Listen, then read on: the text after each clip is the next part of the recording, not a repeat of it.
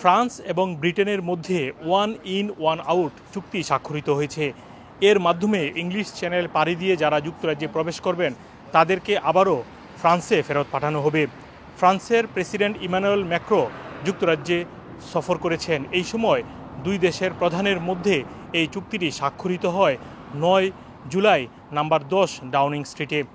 British প্রধানমন্ত্রী sir Keir Starmer বলেছেন এর মাধ্যমে মানব পাচারকারীদের সংখ্যা বা যারা মানব পাচার করে থাকে সেটি কমে আসবে।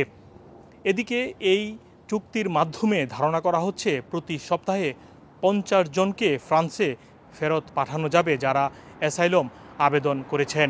Pleased to announce our agreement today on a groundbreaking returns pilot.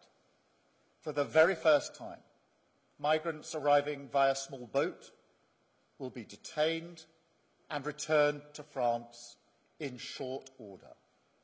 এ চুক্তির সমালোচনা করেছে বিরোধী দল। তারা মনে করে এটি একটি সস্তা চুক্তি হয়েছে। এর চেয়েও ভালো চুক্তি ছিল রুয়ান্ডার সাথে, যদিও এই পলিসিটি বাস্তবায়ন করা যায়নি।